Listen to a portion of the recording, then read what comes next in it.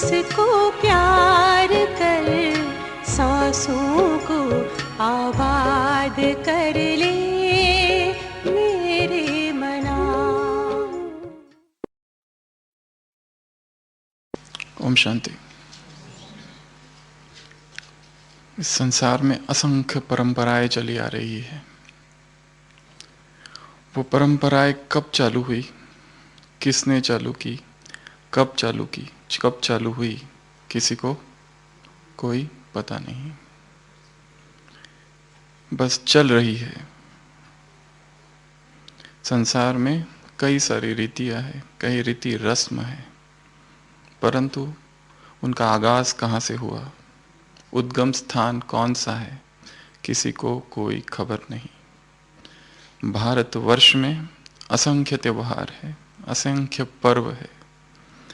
वो क्यों मनाए जाते हैं, कैसे मनाने चाहिए, किस लिए मनाए जाते हैं, उनका गूढ़ अर्थ क्या है, उनका आध्यात्मिक अर्थ क्या है, किसी को कोई खबर नहीं। जो पूर्वजों ने किया है, जातिगत जो चल रहा है वही चल रहा है। कहानी सबने सुनी है, कभी यहाँ पर भी सुनाई है शायद। किसी आश्रम में एक महात्मा रहते थे और उस महात्मा को प्यार हो गया किससे, एक बिल्ली से। महात्माओं को भी कभी कभी प्यार हो जाता है किसी किसी से। तो उस महात्मा को भी प्यार हो गया एक बिल्ली से, परंतु जब भी ध्यान में बैठते थे तो बिल्ली तंग करती थी, कभी यहाँ से कभी वहाँ से। तो उन्होंने एक नियम बनाया कि जब भी ध्यान में बैठे तो अपने शिष्यों को कहा कि बिल्ली को झाड़ से लटका देना, बांध देना बिल्ली को झाड़ से। तो जब भी ध्यान में बैठते तो बिल्ली को उस 1 घंटे के लिए झाड़ से लटका देते थे। एक दिन बिल्ली की मृत्यु हो गई, तो शिष्यों ने बाजार से दूसरी बिल्ली लेके आए और फिर अब इस बिल्ली को लटकाना चालू किया। कालांतर में जो महात्मा जी थे उनकी भी मृत्यु हो गई और दूसरा शिष्य महात्मा बना। फिर भी बिल्ली को लटकाना, बांधना चालू था। ऐसे कई सारी पीढ़ियां गुजर गई, दूसरी बिल्ली भी मृत्यु को प्राप्त हुई। उसके बाद नई बिल्ली आई, नए महात्माएं आए और एक समय के बाद यह नियम बन गया कि जो महात्मा बना और जब भी वो ध्यान में बैठा तो बिल्ली को लटकाया जाए। परंपराएं जो है इसी तरह है, चालू है।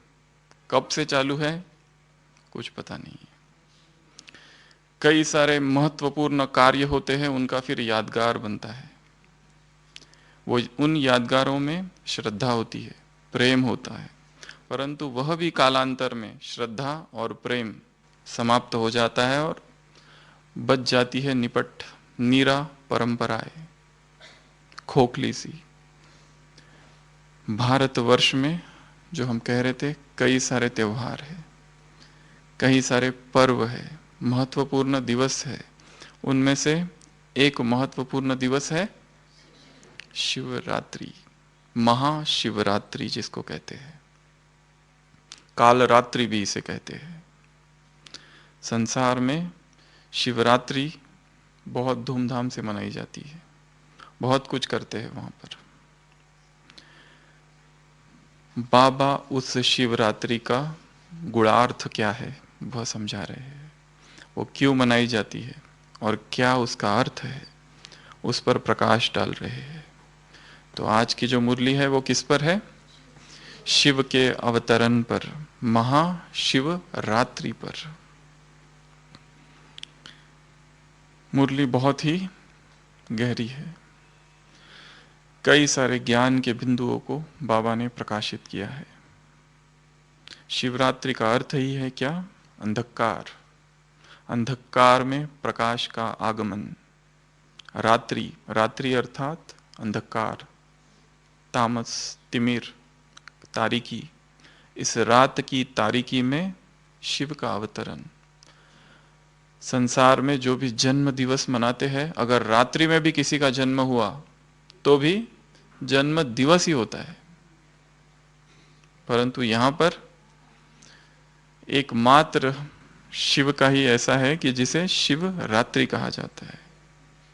ये अलौकिक अद्भुत सा जन्म दिवस है। परमात्मा अजन्मा है, परंतु फिर भी जन्म दिवस। तो आज की मुरली में बाबा ने क्या क्या कहा। माताओं की तरफ से चालू करते हैं।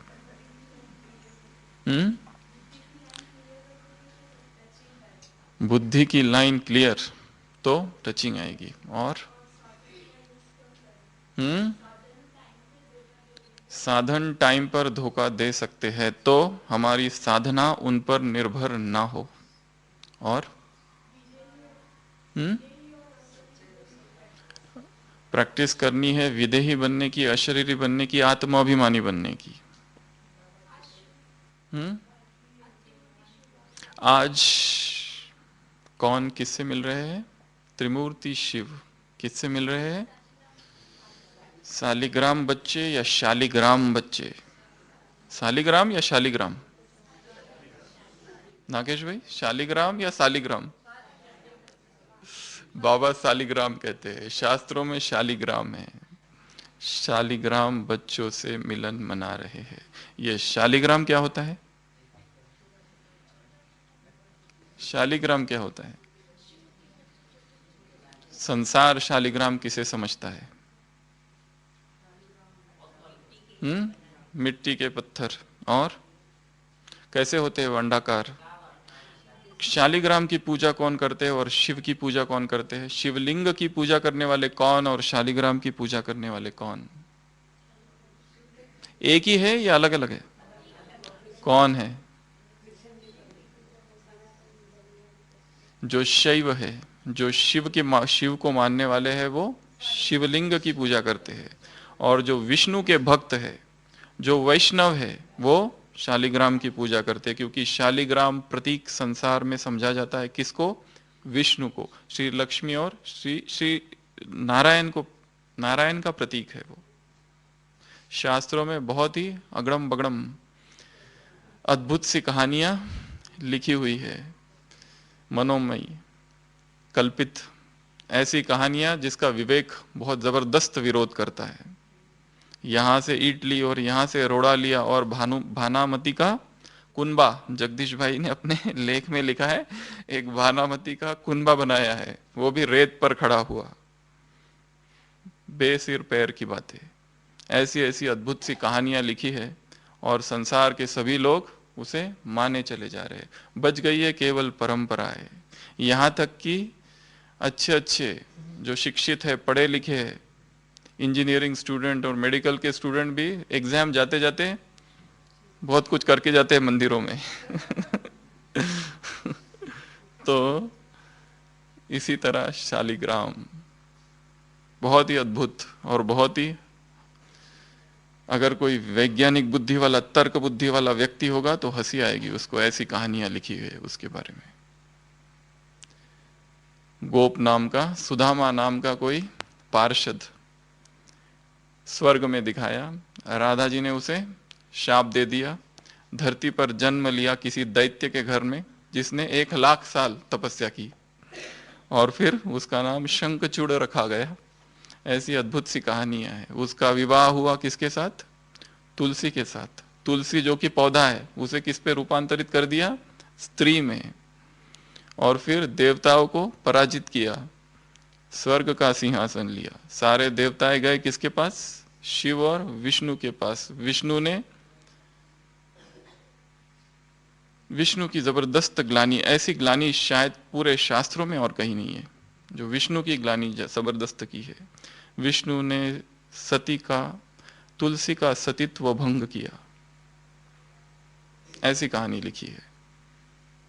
इसके लिए बाबा कहते हैं ना, मेरी, देवताओं की, कृष्ण की, सबकी ग्लानि की है। और फिर शिव ने वो जो शंखचूड़ है उसका वध कर दिया, और इधर तुलसी ने विष्णु को शाप दे दिया कि क्या बन जाओ, पाषाण। और फिर तुलसी देवलोक को प्राप्त हुई और वो खुद क्या बन गई, नदी बन गई, और उस नदी पे वो शालिग्राम बैठ गया।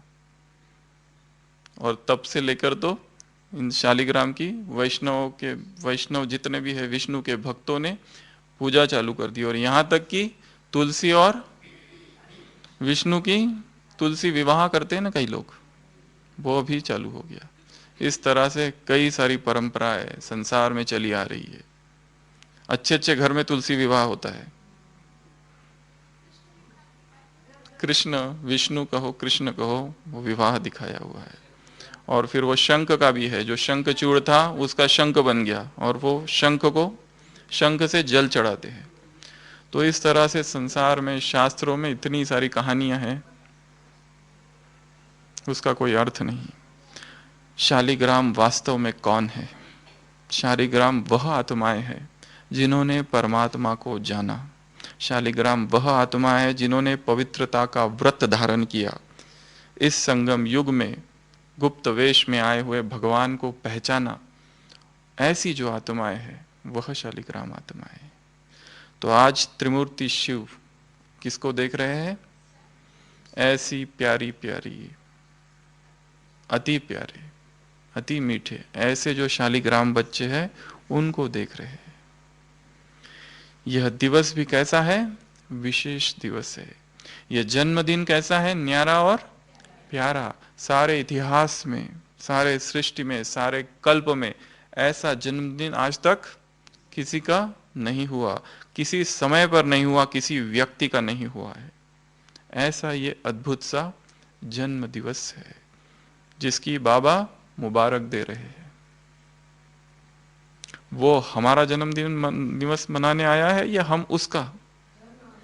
दोनों आए हैं। तो बाबा ने कहा तुमको खुशी कितनी है इस बात की? कितनी खुशी है? कोई पूछे कितनी खुशी है? सागर इतनी, आकाश कितनी, गगनातीत और सागरातीत हमारी खुशी है। सागर कुछ भी नहीं है इस खुशी के आगे। इस खुशी का कोई बैरोमीटर नहीं है, मापा नहीं जा सकता है, तोला नहीं जा सकता। इस खुशी को अथाह है। ऐसी खुशी हमको प्राप्त हुई है। तो इस अलौकिक जन्म दिवस पर बाबा गीत गा रहे हैं। कौन सी? वाह वाह की सीरीज शायद यहीं से चालू हुई या पहले से ही चालू थी, यहां से जोर पकड़ा वाह, क्या कह रहे बाबा? वाह लाडले बच्चे, वाह सिकिलदे बच्चे, वाह अलौकिक जन्म दिवस, वाह अलौकिक बर्थडे मनाने वाले बच्चे। गुणगान कर रहे, भगवान गुणगान कर रहा है और बच्चे भी गीत गा रहे। कौन से? वाह बाबा वाह। आज की मुरली से कौन से गीत गा रहे बच्चे? नाचना और गाना। कौन सा गाना? स्वयं की महिमा, बाप की महिमा के अलौकिक गीत, अपने अलौकिक गीत और बाप की महिमा के। और काम ही क्या है? बाबा ने कहा नाचना और गाना। ये नए धर्म की बाबा ने स्थापना की है। ऐसा अद्भुत धर्म मानव इतिहास में कभी जन्म नहीं हुआ है ऐसे धर्म का। इस धर्म का आविर्भाव अभी ही हुआ है। ऐसी ये सन्यास की परंपरा है अद्भुत सी। नाचते और गाते हुए सन्यासी, नाचते और गाते हुए तपस्वी, नाचते और गाते हुए अवतार, नाचते और गाते हुए मसीहा। तो नाचना और गाना बाबा ने किया। और ब्राह्मणों का काम ही क्या है? नाचने का धर्म है ये, गाने का धर्म है। ऐसी अद्भुत परंपरा का आगाज परमात्मा अवतरण पर होता है। भगवान जब आते हैं तो एक नई परंपरा की शुरुआत होती है, नाचने की और गाने की। स्थूल नहीं है पर इसमें कुछ भी, सब कुछ। और जो तुम्हारा आवाज है वो कहां तक पहुंचता है? क्या कहा बाबा ने? बाप दादा तक तुम्हारे मन का आवाज पहुंचता है। बाप का आवाज सब तक पहुंच रहा है और तुम्हारे मन का आवाज दिल का आवाज, हृदय से निकला हुआ आर्तनाद उस तक पहुंचता है, परंतु वो कहां से निकला हो? दिल से, अंतस चेतना से निकली हुई वो आवाज हो, जो कि इस पांचों तत्व को पार कर, सूक्ष्म वतन को पार कर सीधा परम धाम में पहुंचती है। ऐसी दिल की आवाज, केवल दिल की आवाज ही उस तक पहुंचती है, बाकी आवाजें नहीं। केवल मुख का सौदा नहीं है, ये सौदा है दिल का। इसी मुरली में बाबा ने कहा है सच्ची दिल और साफ दिल। हमेशा बाबा तीन दिलों की बात करते हैं, सच्ची दिल, साफ दिल और तीसरी बड़ी दिल। तीन दिलों की बाबा हमेशा बात करते हैं। ऐसी दिल वाले जो है उनकी आवाज ऊपर तक पहुंचती है।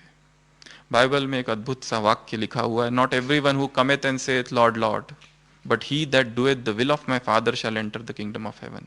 हर एक नहीं जो केवल आके कहता है हे प्रभु हे प्रभु, उनकी आवाज नहीं, but he that doeth the will of my Father, जो मेरे बाप की इच्छा है, श्रीमत है, आज्ञा है, उसका जो पालन करता है, shall enter the kingdom of heaven, वही स्वर्ग के राज्य में प्रवेश कर सकता है, बाकी नहीं। केवल नारे लगाने वाले नहीं।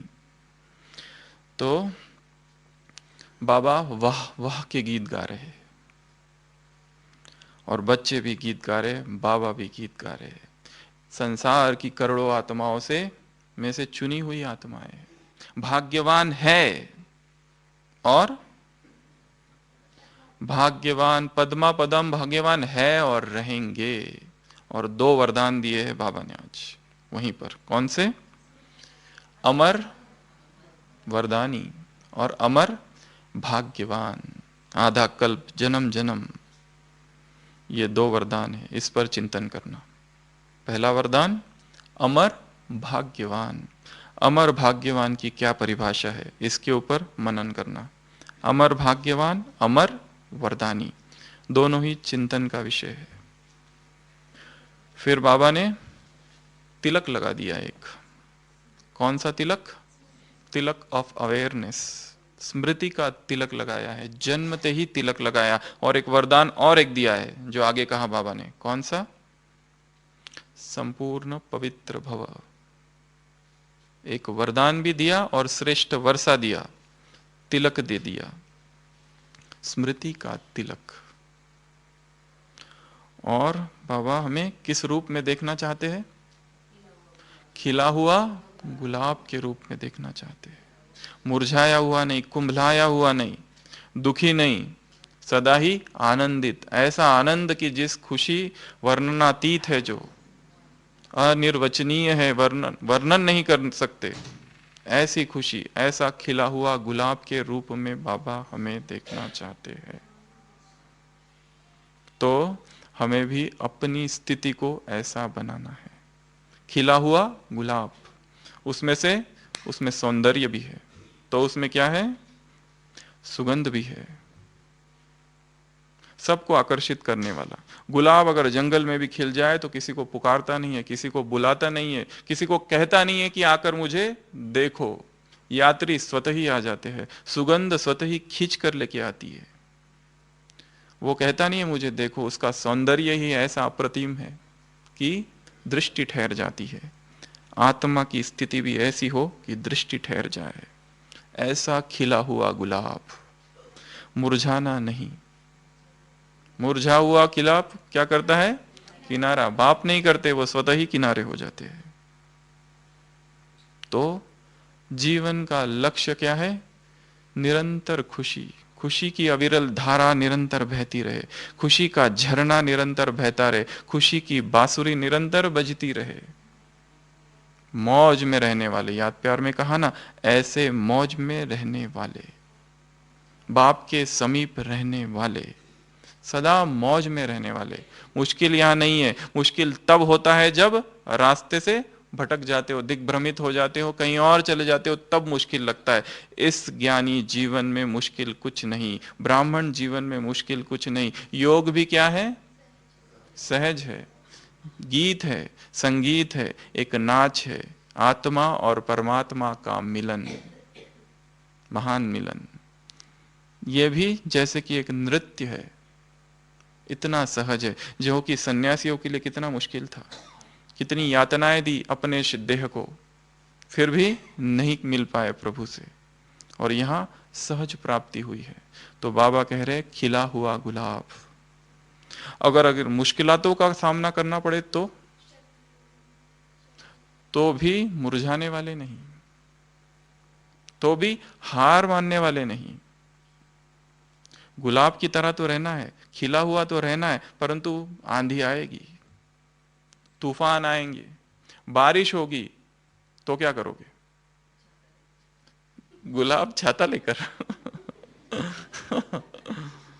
एक बहुत ही साधारण सा फूल था, ईंट की आड़ में दूसरे फूलों के साथ, जो कि जिसने कभी बारिश का मुंह, सूरज का मुंह नहीं देखा, जिसने कभी बारिश नहीं देखी, कभी आंधी नहीं देखी, बड़ा ही सुरक्षित एक फूल था, परंतु साधारण सा फूल था। उसके हृदय में भी एक दिन इच्छा उत्पन्न हुई कि मैं गुलाब का फूल बन जाऊं, और परमात्मा से प्रार्थना करने लगा वो फूल, क्या कि हे प्रभु मुझे गुलाब का फूल बना दो।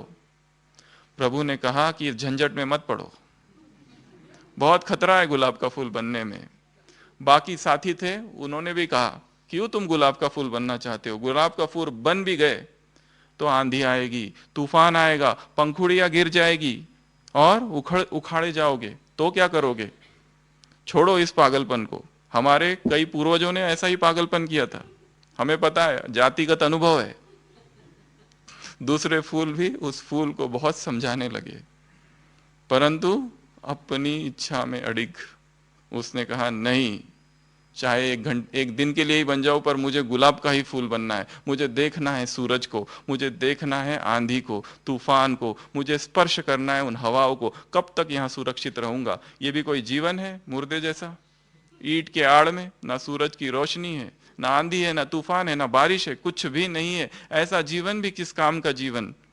मुझे तो गुलाब का फूल बनना है।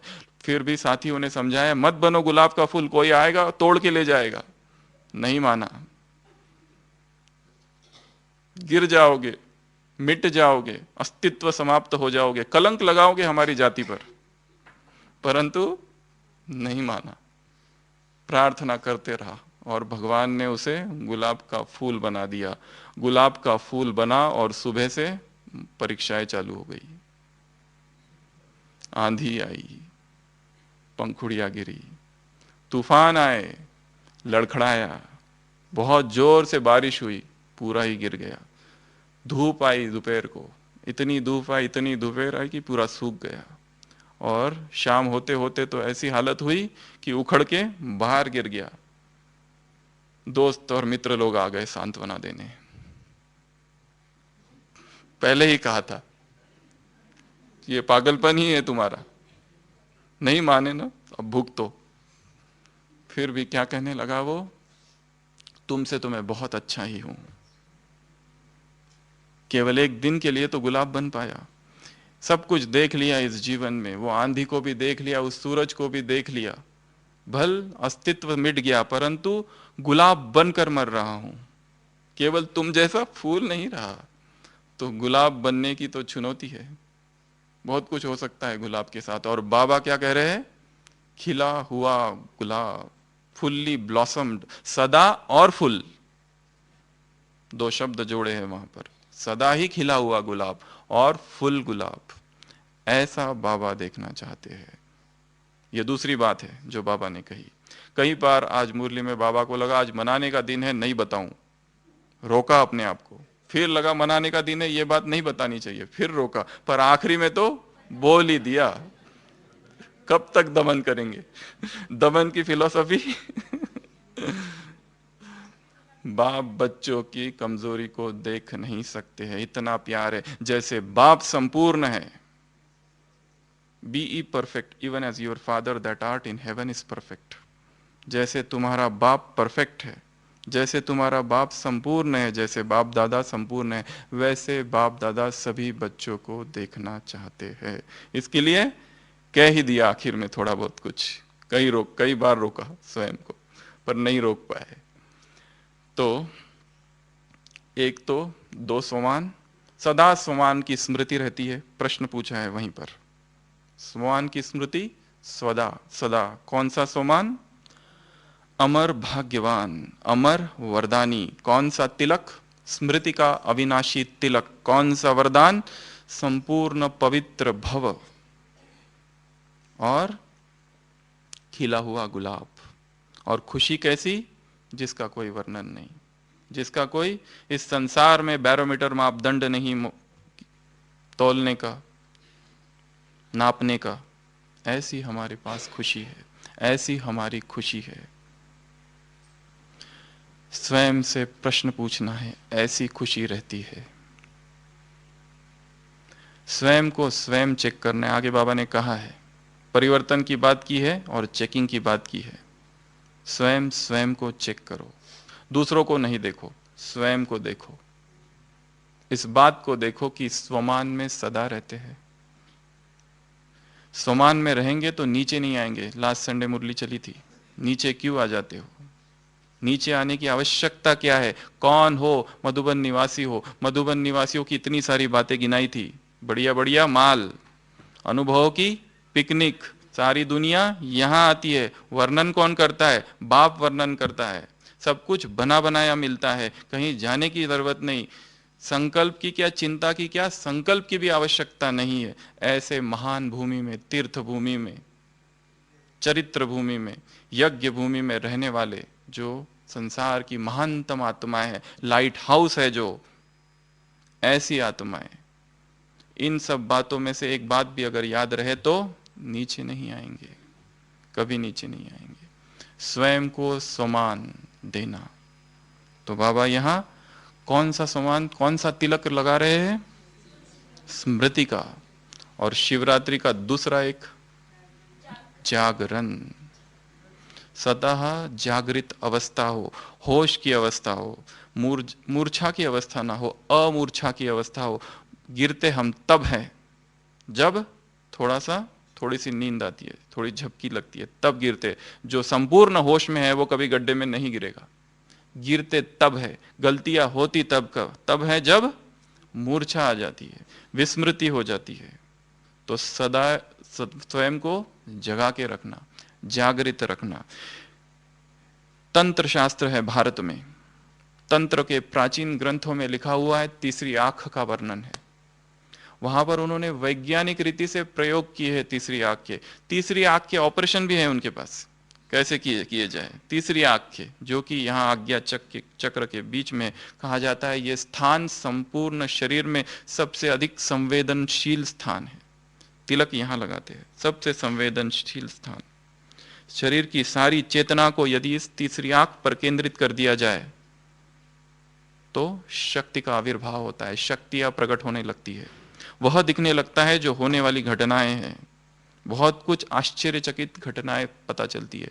कहा जाता है ये तीसरी आंख जन्म जन्म से भूखी है और प्यासी है। किसके लिए? होश के लिए, जागरण के लिए। यहां पर अगर एकाग्र कर दिया जाए चित्त को केवल तीसरी आंख पर, आज्ञा चक्र पर, तो अद्भुत शक्तियां प्रकट होती है। साक्षी का भाव आ जाता है, सब कुछ संसार साक्षी होने लगता है। यहां पर तो क्रोध आता है तो हम स्वतः क्रोध बन जाते हैं, लोभ आता है तो लोभ हम बन जाते हैं, काम उठता है तो काम हम बन जाते हैं। विचारों की तरंगे और हम एक हो जाते हैं। साक्षी भाव नहीं रह पाता। साक्षी अर्थात विचार आ रहे हैं और जा रहे, बादलों की तरह हम विचारों को देख सके। और वो संकल्प भी कम होते हैं। इकोनॉमी का अवतार जिसे आज बाबा ने कहा है, ऐसी अवस्था योगियों की बताई है। तिब्बत में जो लामा है, वहाँ के जो ज़ैन फकीर है जापान के, सभी ने इस पर प्रयोग किया है। बहुत सारे प्रयोग इस पर किए गए। चेतना को मध्य में, भूमध्य में केंद्रित कर देना, यह भी अभ्यास है। तो बाबा कह रहे हैं स्मृति का तिलक, यह तिलक अविनाशी है। ब्राह्मण है तो तिलक भी अविनाशी ही होना चाहिए। नया जन्म है, अलौकिक जन्म है, जन्मते ही तिलक मिला है। और लगाने वाला भी कौन? तिलक देत रघुवीर। उधर चित्रकूट के घाट पर भई संतन की भीड़, तुलसीदास चंदन घिसे। गायन है, तिलक कौन दे रहा है? कितना नशा है उस तुलसीदास को भी कि स्वयं रघुवीर तिलक दे रहा है, जिसकी जन्म जन्म आराधना की, तिलक देत रघुवीर। यहां स्वयं भगवान आकर अपने बच्चों को तिलक लगा रहा है। अविनाशी तिलक जो कभी ना मिटे, कभी समाप्त ना हो, ऐसा तिलक सदा लगा हुआ रहे। खुजली तो नहीं आती है, सुबह कह रहे थे ना दीदी जी, तिलक लगता है तो खुजली आती है, मिट जाता है। तो ये दिन कौन सा है, ये मिलन कौन सा है, न्यारा और प्यारा जन्म दिवस है, नाचने और गाने का दिवस है। कौन सा दिवस है, नाचने और गाने का, लड़ने झगड़ने का नहीं। योग भी संगीत है, नृत्य है, स्वतः है, सहज है। ये सीजन कौन सी चल रही है, विजय की। आज बोला बाबा ने नाचने और गाने की सीजन है। सीजन जैसी है वैसा ही हमारा आचरण हो, परंतु पाव से नाचने की बात नहीं है, केवल मुख से गाने की बात नहीं है। घमसान ना कर दो। मौज में रहने की जीवन है, सदा मौज में रहने की जीवन है, परंतु उसके लिए साधना है। बिना साधना के ये मौज नहीं आएगी जीवन में। देहभान जन्म जन्म का है, विकार आत्मा में जन्म जन्म के है। सारे विकार समाप्त हो जाए, वासनाएं, तृष्णाएं और इच्छाएं तिरोहित हो जाए और एक रस स्थिति हो जाए, आत्मा में ही संपूर्ण आनंद प्राप्त हो। सारे विश्व में एक ही रोग है और उसकी एक ही दवाई है, ओनली वन डिसीज, देहभान। और एक ही दवाई, मन मना भाव, आत्माभिमानी स्थिति, एक ही दवाई है। बाबा विदेशियों से पूछ रहे मौज में हो।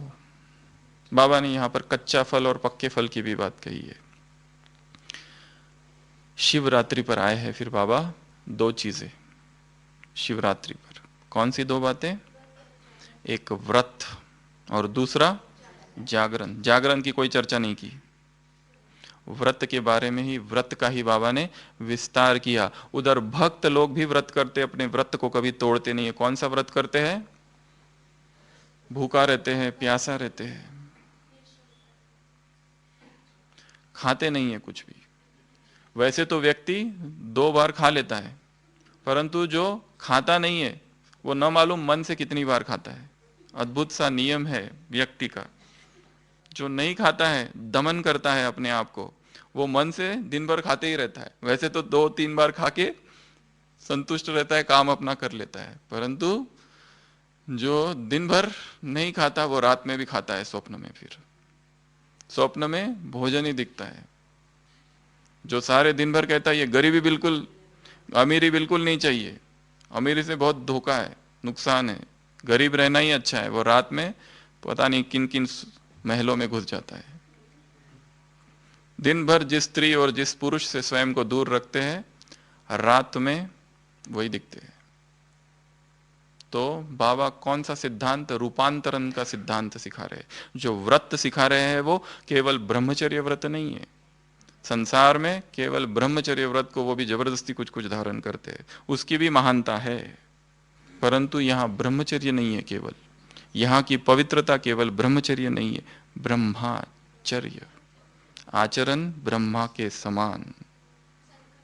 संकल्प में भी, बोल में और कर्म में भी, एक एक बोल भी महावाक्य हो। संकल्प में प्यूरिटी का महत्व, बोल में प्यूरिटी के वाइब्रेशंस हो, हर बोल प्यूरिटी के स्पंदनों से स्पंदित हो। ऐसे बोल, ऐसे श्रेष्ठतम बोल, केवल भाषण नहीं, परंतु बोल में ही वाइब्रेशंस है, बोल में ही प्रकंपन है। ऐसे बोल है जो सीधा दिलों में प्रवेश कर जाते हैं, क्योंकि प्यूरिटी की पावर है वहां पर। तो बाबा ब्रह्मचर्य का परिभाषा बता रहे, ब्रह्माचारी, संपूर्ण पवित्रता। जन्मते ही वरदान मिला है, संपूर्ण पवित्र भाव, यह व्रत लिया हुआ है। संसार में जो व्रत लेते हैं वो दैहिक है, देह को भूखा रखते हैं, देह को प्यासा रखते हैं, देह को पीड़ित करते हैं। अमेरिका में एक सन्यासियों का, किसी काल में एक सन्यासियों का संगठन था जिन्हें फ्लैगिस्ट कहा जाता था। वो सन्यासी ऐसे थे, जब भी काम वासना उत्पन्न होती थी अपने आप को चाबुक रखते थे, और तब तक मारते थे जब तक खून ना निकल जाए। देह को पीड़ा देते थे। देह ने इच्छा उत्पन्न की, अब देह को मारो। इंद्रियों ने गलती की, अब इंद्रियों की, कईयों ने इंद्रियों को काट दिया, अपने दमन किया, परंतु उस ब्रह्मचर्य की अवस्था को नहीं प्राप्त किया। कईयों ने घर छोड़ दिया परंतु ब्रह्मचर्य को नहीं प्राप्त कर पाए। कईयों ने, सूरदासों ने अपनी आंख फोड़ दी। उन इंद्रियों का क्या दोष, बेचारी निर्दोष है। दोष तो उस मन का है जिसमें वासनाएं उत्पन्न हो रही है। ऐसी निष्पाप है बेचारी इंद्रिया, उनका तो राजा कोई और है, उसमें उत्पन्न हो रहा है। परंतु ये किया। विदेश का पाश्चात्य जगत का जो मनोवैज्ञानिक है सिगमंड फ्राइड, अगर उसने बाबा के शायद तब तो मुरली का कोई एक वाक्य भी पढ़ लिया होता तो सारे संसार भर ने उसमें उसने जो क्रांति कर दी फ्राइड ने, वो आज नहीं हुई होती। सारा सब कुछ जो भारत में तो काम विकार तब से आ गया द्वापर युग से, विदेश में कहाँ था। विदेश में तो अभी अभी जब से फ्राइड के सिद्धांत हुए निकले तब से उसने अपने जो सारे सिद्धांत रखे, इद सुपरिगो, वो सारे जो भी सिद्धांत है सिगमंड फ्राइड के, उसके बाद में ही, क्योंकि उसने वो धर्म विरोधी हो गया, क्योंकि उसने देखा कि ये सारे सन्यासी, ये सारे ईसाई लोग इसी तरह का दमन कर रहे हैं और इन्हीं में ही ये वासनाएं और ज्यादा प्रदीप्त है। तो उन्होंने सबका विरोध कर दिया, वो धर्म विरोधी हो गया और उसने अपने सारे सिद्धांतों में यही लिखा और यही वैज्ञानिक है कहा। उसको पढ़ने के बाद ही विश्व भर में काम विकार को मान्यता प्राप्त हुई, फ्राइड की थियरी के बाद। तो परंतु अगर एक महावाक्य यहां का उसे मिल जाता कहीं से उसके कानों में पड़ जाता है रूपांतर की थियरी, कि यहां बाबा दमन नहीं सिखा रहे, रूपांतरण, उदात्तीकरण, सब्लिमेशन, नॉट सपरेशन। विकार रूपांतरित हो रहे दिव्य गुणों में। ऐसा उसने अगर सीख लिया होता, समझ लिया होता, जान लिया होती, उसे कहीं से खबर मिल गई होती, तो जो दमनवाद है वह नहीं आता संसार में, जिसने संसार को और ही विक्षिप्त न्यूरोटिक बना दिया है। यह देह अमूल्य है, क्योंकि इसी देह में रहकर हमें साधनाएं करनी है, परंतु देह का दमन कर कर नहीं, मन की वृत्ति को परिवर्तन कर कर। पाश्चात्य जगत में एक संत हुआ है Saint Francis of Assisi. Saint Francis बहुत ही दिव्य उसका जीवन है, बहुत ही क्रांतिकारी उसका जीवन है, जिसने जीवन में दो नियम बनाए थे, एक गरीबी और दूसरा संपूर्ण पवित्रता, ब्रह्मचर्य। अपने जीवन के अंत में जब वो मृत्यु शैया पर था और अभी देह को छोड़ने ही वाला था, सारा जीवन उसने परमात्मा संदेश सारे विश्व में फैलाया, क्राइस्ट का संदेश। परंतु जब मृत्यु शैया पर था तो अपनी देह को धन्यवाद देने लगा, अपनी देह से बातें करने लगा कि हे मेरी देह, तुझे बहुत बहुत धन्यवाद, तेरे ही कारण मैंने इतनी साधना कर पाई। वृथा ही मैंने तुझे सारे जीवन भर परेशानी दी, पीड़ित किया, उपवास रखे, बहुत पीड़ित किया तुझे, परंतु तूने मेरी हमेशा सहायता की। अब जीवन के अंतिम क्षणों में मुझे पता चल रहा है कि तू मेरा शत्रु नहीं था ये देह, परंतु मेरा मित्र था। मैंने ही तुझे शत्रु समझा हमेशा, क्या कुछ नहीं किया। वो उसे मृत्यु के समय पता चला देह का, हमें अब पता चल रहा है। इसी देह में रहते, इसी भ्रुकुटी तख्त पर विराजमान रहते, ये देह बहुत अमूल्य है। इसी देह में हमें संपूर्ण बनना है, इसी देह में, इसी जन्म में। इसके लिए इस देह की भी संभाल करनी है। केवल दमन से नहीं होगा, रूपांतरण करना होगा इसका। वासनाओं का कार्य देह के तल पर नहीं, आत्मा के तल पर, मन के तल पर करना है। तो बाबा यहां व्रत लेने की बात कर रहे हैं। कौन सा व्रत? ब्रह्मचर्य, ब्रह्माचर्य का। ऐसे ब्रह्माचारी स्थिति में स्थित रहने वाले हिम्मतवान बच्चों को, याद प्यार में बाबा ने कहा है, ऐसे हिम्मत की आवश्यकता है। यहाँ बहुत बड़ा साहस है। ये पवित्रता का व्रत लेना बहुत बड़ा साहस, दुस्साहस तो नहीं, साहस। कई लोग दुस्साहस भी कहते हैं। तो संपूर्ण पवित्रता अर्थात केवल ब्रह्मचर्य नहीं, और ब्रह्मचर्य अर्थात केवल पवित्रता भी नहीं, ब्रह्मचर्य अर्थात केवल पवित्रता भी नहीं, पवित्रता अर्थात ब्रह्माचर्य, ब्रह्मा का जो आचरण है वैसा आचरण करना अर्थात पवित्रता। तो हमारी दृष्टि में, हमारी वृत्ति में, हमारे बोल में, हमारे संपर्क में, संबंध में, हर कर्म में, कर्म और योग, कर्म योगी, कर्म और योग दोनों हो, कर्म में भी, बोल में भी, संकल्प में भी, सब कुछ संपूर्ण पवित्रता की जैसे छाप हो, ऐसे जो पवित्र आत्माएं है वो परमात्मा को अति प्रिय है। यह एक, बाबा ने कहा, मूल फाउंडेशन, इस व्रत के लिए कहा, दृढ़ संकल्प आगे कहा है। यह संकल्प शक्ति क्या है? फाउंडेशन है। ये जो शक्ति है सबसे बड़ा खजाना है, सभी खजानों से सबसे बड़े खजाना ये खजाना है, सबसे ऊपर बाप इस खजाने को रखते, इसके लिए इस खजाने को वेस्ट ना जाने दो, निगेटिव में ना हो चली जाए ये शक्ति, क्योंकि ये शक्ति एकाग्र हो, ब्रह्मचर्य बन जाए। ब्रह्मचर्य के लिए इस शक्ति की आवश्यकता है। संकल्प व्यर्थ ना जाए, संकल्प वेस्ट ना जाए। विकारों की तो बात ही नहीं कर रहे बाबा। सबसे ज्यादा शक्ति किसमें नष्ट होती है? विकारों से। विकारों में भी सबसे ज्यादा संकल्प तेज काम विकार के, क्रोध के बाद में लोभ, मोह, अहंकार, विकार, विकारों के बाद फिर आता है निगेटिव, जिससे संकल्प तेज चलते हैं, बहुत सारे संकल्प, संकल्पों का बाहुल्य। उसके बाद में साधारण, व्यर्थ, उसके बाद में व्यर्थ निगेटिव के बाद, और फिर साधारण। बाबा बात कर रहे इकोनॉमी करने की।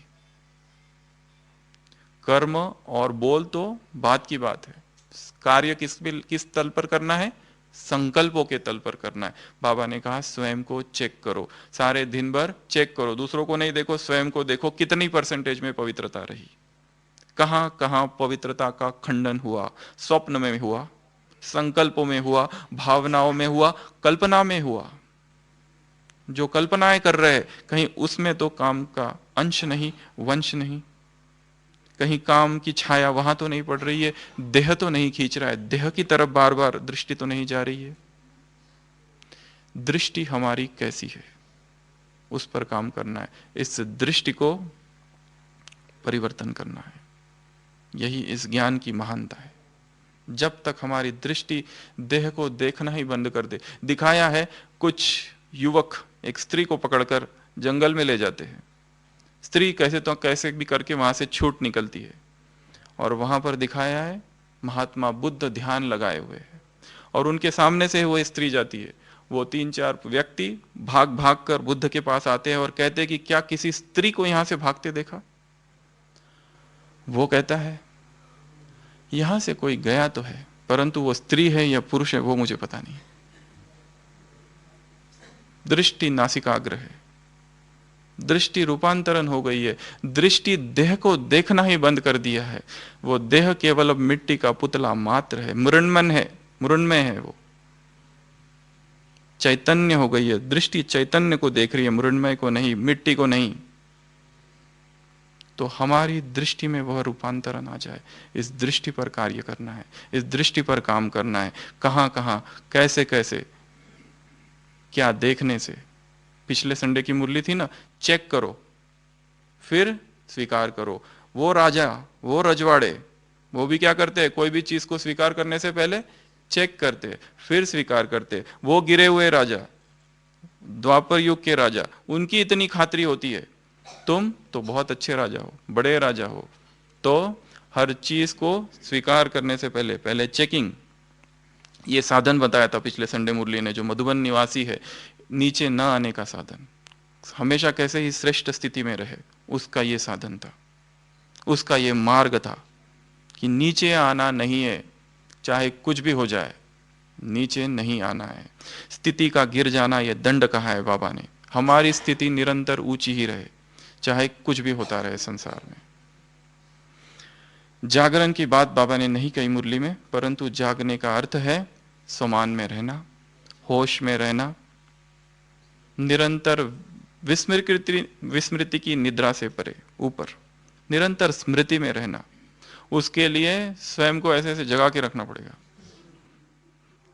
नींद आई कि फिर जगाओ, नींद आई फिर जगाओ। सोने नहीं देना है खुद को, बिल्कुल नहीं सोने देना है, निरंतर जागरण की अवस्था। क्योंकि सोए तो गिरे।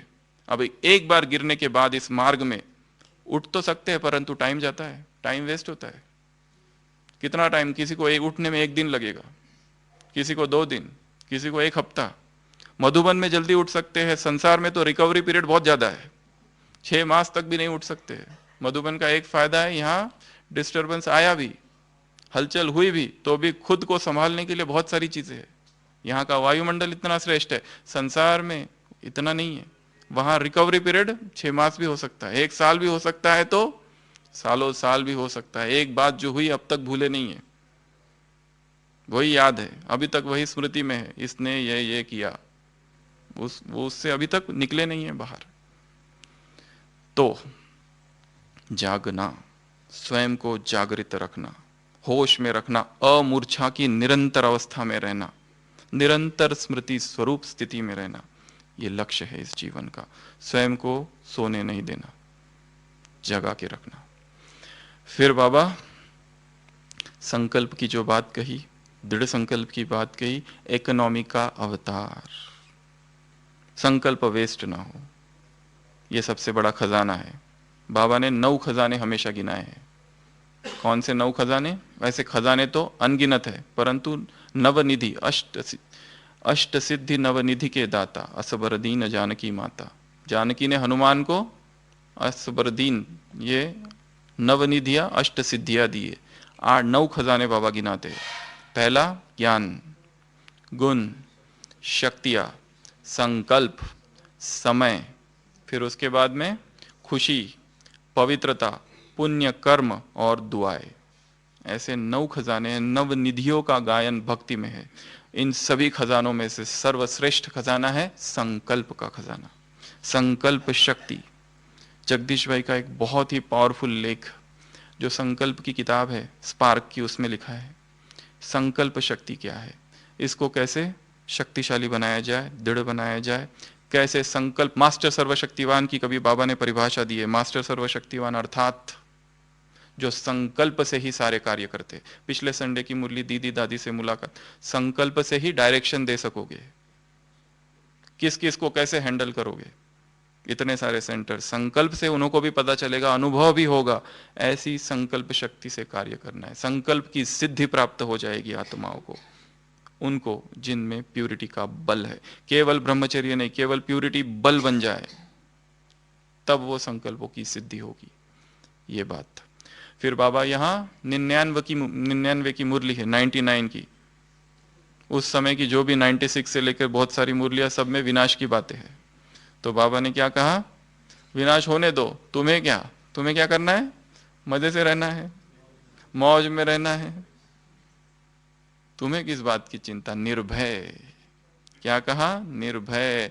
क्या होगा, कैसे होगा, हाय, ये सब तुम्हारे बोल नहीं है। तुम निर्भय आत्माएं हो, अचल अडोल रहने वाली आत्माएं हो।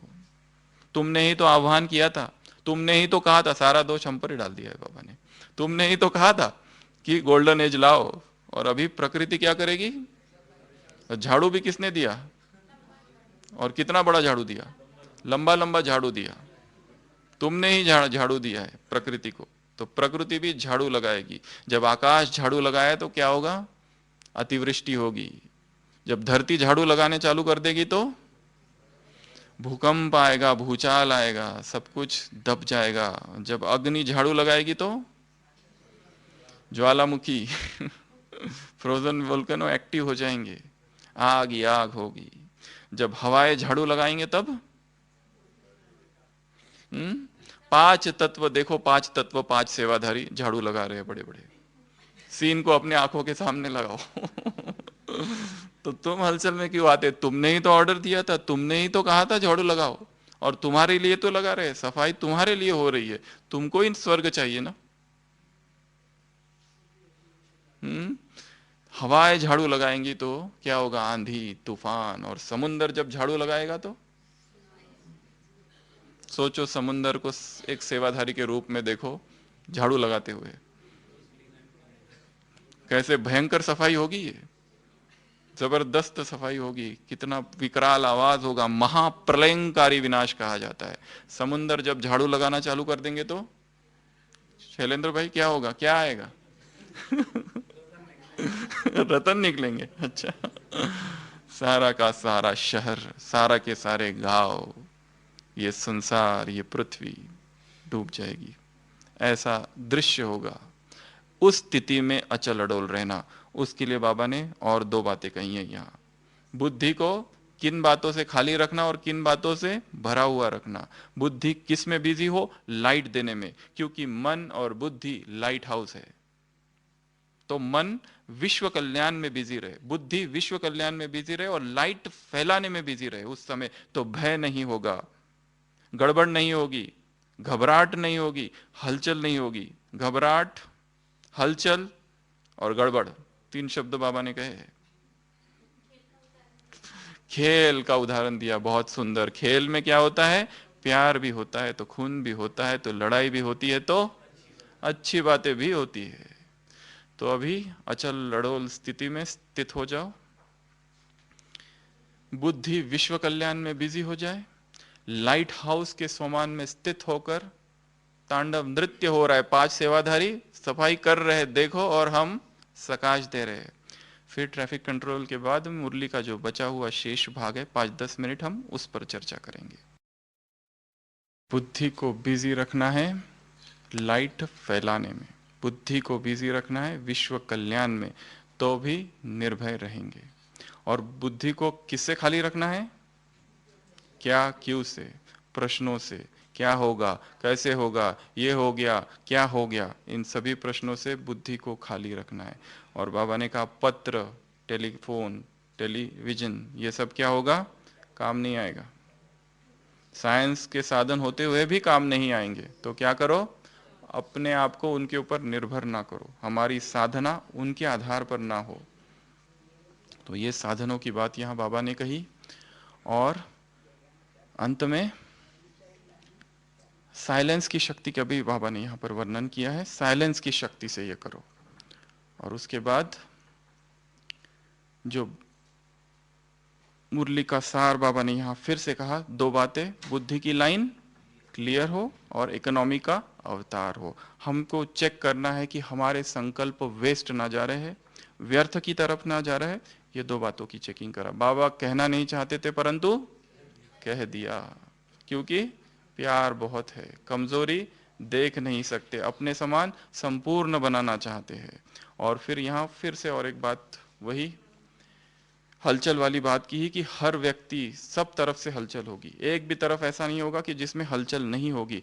इसमें सेफ्टी का केवल एक ही साधन है, और जिसकी इस ज्ञान मार्ग में सबसे ज्यादा साधना हमको करनी है। कौन सी साधना है वो? देह से स्वयं को अलग कर देना, डिटैच कर देना, पृथक कर देना, आत्म अभिमानी स्थिति, अशरीरी अवस्था। मैं देह नहीं, बस यही एकमात्र सबसे बड़ा अभ्यास है।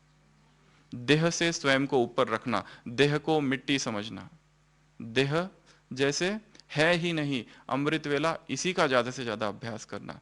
कल हम भगवान के सामने होंगे तो जितनी हमारी देहाभिमानी स्थिति होगी, जितनी अव्यक्त स्थिति होगी, केवल बाबा के सामने नहीं परंतु दिन भर और हमेशा, परंतु कल के दिन विशेष अव्यक्त स्थिति रखनी है। निरंतर संकल्प करना है कि भगवान केवल और केवल मेरे लिए आ रहा है, आज के दिन केवल मेरे लिए आ रहा है, उससे वरदान लेना।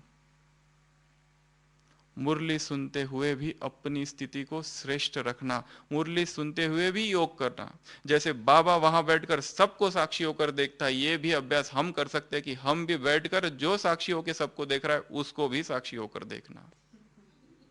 कैसे वो मिल रहा है अपने बच्चों से, कैसे अपने अनन्य रत्नों से मिल रहा है, कैसे उन रत्नों से मिल रहा है जिन्होंने अपनी जीवन समर्पित कर दी उसके चरणों में, यज्ञ की वेदी में सब कुछ स्वाहा कर दिया। ऐसी आत्माओं से, ऐसी वो दादियों से वो मिल रहा है। कैसे वो मिल रहा है? सभा में कितनी बड़ी सभा होगी, विदेशी होंगे, सेवाधारी होंगे, सबसे मिल रहा है वो। उन कुमारियों से मिल रहा है, उन कुमारों से मिल रहा है जिन्होंने यज्ञ की वेदी पर अपना यौवन समर्पित कर दिया। वो कोई साधारण आत्माएं नहीं है। जो मिल रहा है और जिनसे वो मिल रहा है, वो दोनों ही संसार की महानतम आत्माएं हैं। ऐसा वो मिलन, महान मिलन, दिव्य मिलन, अद्भुत मिलन, न्यारा प्यारा मिलन, अचानक की लॉटरी, महान मिलन, वंडरफुल मिलन, दिल में छप जाने वाला मिलन, ऐसा मिलन कल होगा तो हम उस संसार की सर्वोत्तम शक्ति है उसके सामने डायरेक्ट होंगे। तो उससे वो सारी शक्तियां ले लेना, सारे वरदान ले लेना, सारी पावर्स ले लेना, सारे गुण ले लेना। मधुबन निवासियों के लिए बाबा ने पिछले संडे क्या कहा, बहुत अच्छी बात कही थी, पवित्रता का ताज। अगर 36 प्रकार का भोजन यहाँ खा रहे हो तो 36 गुण होने चाहिए मुकुट में, पवित्रता के ताज में 36 हीरे लगे हुए नहीं चाहिए, नॉट कमोबेश नहीं, कम से कम मिनिमम 36। जाती तो फिर तो फूलों की पुष्पा हो जाएगी, ऊपर से हीरो की वर्षा हो जाएगी, वो भी असली। तो बाबा ने और एक बात इस मुरली में परिवर्तन की कही है, वो हमने नहीं कही। परिवर्तन, बाबा ने कहा परिवर्तन जो है वो भाषण तो बहुत किए, अभी स्वयं का परिवर्तन कितनी परसेंटेज में किया है, दूसरों को नहीं देखना है, स्वयं को देखना है। तो सारी मुरली में सबसे पहली बात नशा, कौन मिल रहा है, ये बर्थडे, उसकी खुशी, ये खुशी कितनी अथाह है, समान पवित्रता की प्रतिज्ञा, व्रत संपूर्ण पवित्र। इस प्रतिज्ञा, ये जो व्रत है इसको रोज रिवाइज करना होता है, एक बार ले लिया उससे काम नहीं होता है, हर दिन, हर अमृत वेला, हर नुमाशाम फिर से बार बार पवित्रता के व्रत को रिवाइज। एक वो दृढ़ संकल्प, संकल्पों की इकोनॉमी, थोड़ा सा संकल्पों को काम करना, स्वमान को कैसे बार बार याद करे, उसकी स्वयं ही युक्ति रचो, कुछ कोई इन्वेंशन करो, खुद ही ढूंढो कि क्या है, कौन सी परिस्थिति आने पर हम खिले हुए गुलाब नहीं रहते, क्यों मुरझा जाते हैं, कौन सी आंधी, कौन से वो तूफान है, और उसमें स्वयं को शक्तिशाली बनाना। ये सारी बातें बाबा ने यहाँ कही है। और सबसे बड़ा अभ्यास जो है वो अशरीरीपन का अभ्यास, अमृत वेले ज्यादा से ज्यादा ये अभ्यास हमारा बढ़ता जाए, केवल 1 घंटा 2 घंटा नहीं, ज्यादा से ज्यादा वो बीज रूप स्थिति हो। फरिश्ते बाकी स्थितियां तो है ही, परंतु ज्यादा से ज्यादा अभ्यास बीज रूप स्थिति, ज्वालामुखी योग, अशरीरीपन, निराकारी स्थिति, उसमें स्थित रहने का करना है। क्योंकि निराकारी स्थिति जब होगी तो ही इस विकारों को जीता जा सकता है। पहले निराकारी शब्द है, उसके बाद है निर्विकारी, और फिर अंतिम जो रह जाता है वो फिर भी रह जाता है मैं, उसको एक सेपरेट स्टेटस दिया हुआ है बाबा ने, उसको मैं जो है वो तो विकारों को जीतने के बाद भी खड़ा रहता है कि मैंने सब विकारों को जीत लिया। इसके लिए 3 शब्द है, बहुत ही अद्भुत बात है कि 3 शब्दों में एक शब्द है निराकारी, वो तो ठीक है समझ में आ गया, दूसरा शब्द है निर्विकारी, वो भी समझ में आ गया कि निराकारी स्थिति में रहेंगे तो निर्विकारी, फिर ये निरंकारी की क्या जरूरत थी कि वो तो विकार में आ गया, फिर भी उसको एक सेपरेट स्टेटस दिया गया है।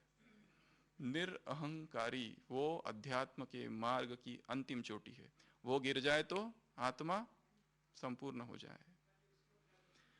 वो वो इतना सूक्ष्म है, इतना सूक्ष्म है, बहुत ही बलवान है, नए नए रूप से। माया जो है वो बहुरूप धारिणी है, कभी छत से, कभी कोने से, कहाँ कहाँ से आ जाती है पता नहीं चलता है, और कैसे गिरा कर चले जाती है समझ में नहीं आता, इतना सूक्ष्म है वो, तो संपूर्ण पावन बुद्धि उसे जान सकती है। तो ये आज की मुरली थी। सोने से पहले इसको मन ही मन फिर से रिवाइज करना, क्या क्या सुना, क्या क्या पढ़ा, सुबह क्लास में क्या सुना, और स्वयं को आज रात ही अपने आप को तैयार करना है उससे मिलने के लिए जो कि इस संसार में जिसे पाना असंभव समझा गया है, संसार में उससे हम मिलने जा रहे हैं। अगर किसी हिमालय के सन्यासी को पता चल जाए कि यहाँ पर भगवान आ रहे हैं तो क्या हो जाएगा, दौड़ के आ जाएंगे, और हम सम्मुख मिलन, साकार का मिलन, ऐसा मिलन हमारा हो रहा है। अच्छा, ओम शांति। कभी तो बाद में। ओम शांति।